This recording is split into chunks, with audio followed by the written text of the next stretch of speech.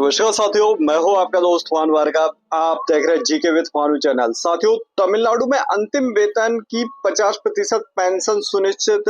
राज्य कर्मचारियों के लिए नई पेंशन योजना लागू की है। क्या यह यूनिफाइड पेंशन योजना से अलग है या उसी का ही परिवर्तित रूप है?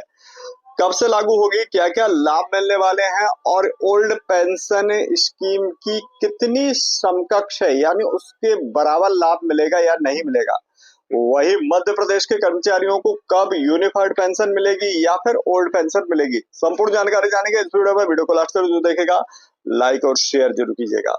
साथियों, जैसे कि बड़ी ही प्रमुखता से इस अपडेट को प्रकाशित किया है, तमिलनाडु सरकार ने राज्य कर्मचारियों के लिए एक बड़ा फैसला लेते हुए तमिलनाडु इस एश्योर्ड पेंशन योजना लागू करने का आदेश जारी किया है।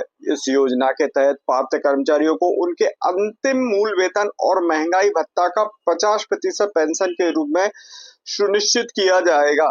सरकार का कहना है कि यह योजना कर्मचारियों के रिटायरमेंट के बाद आर्थिक सुरक्षा प्रदान करेगी और उनके स्थिर आय का भरोसा देगी। यह योजना 1 जनवरी 2026 से प्रभावी मानी जाएगी। हालांकि इसके संचालन से जुड़े विस्तृत नियम एवं अधिसूचना जारी होने के बाद लागू होगा। तो साथियों, जहां जो लास्ट वेतन है उसका 50% दिया जाएगा, साथ में यहाँ पर यह भी कहा गया है कि महंगाई जो भत्ता है और पेंशन जो कि वह भी दिया जाएगा इसमें। तो एक चीज नई इसमें जुड़ करके आ रही है, महंगाई भत्ता यानी जो डीए है, डेयर अलाउंस है, वह भी इसमें मिलेगा। तो थोड़ा सा अलग लग रहा है। जो यूनिफाइड पेंशन से है वही योजना की मुख्य बातें रहेंगी। अंतिम वेतन का 50% पेंशन सुनिश्चित होगी। महंगाई भत्ता डीए भी शामिल किया जाएगा।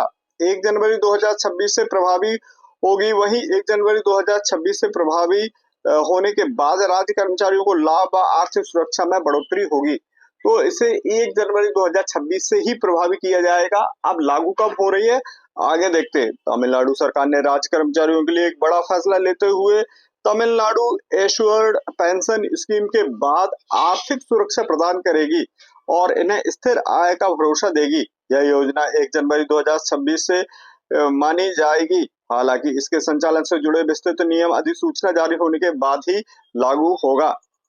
चलिए देखते हैं क्या है फैसला। अहम कर्मचारियों के भविष्य में मिलेगा इसका लाभ। रिटायरमेंट के बाद आय सुनिश्चित होगी। अन्य राज्यों के लिए उदाहरण बन सकती है। Unified pension UPS versus NPS से बहस फिर तेज होगी। तो साथियों, बिल्कुल यह अन्य राज्यों के लिए भी एक उदाहरण स्वरूप बन सकती है कि भाई तमिलनाडु का मॉडल लाइए। यदि एनपीएस का विकल्प जो यूनिफाइड पेंशन कर्मचारी इसका जहां विरोध कर रहे हैं, तो उसके रूप में यह भी एक बड़ा विकल्प के रूप में आ सकती है।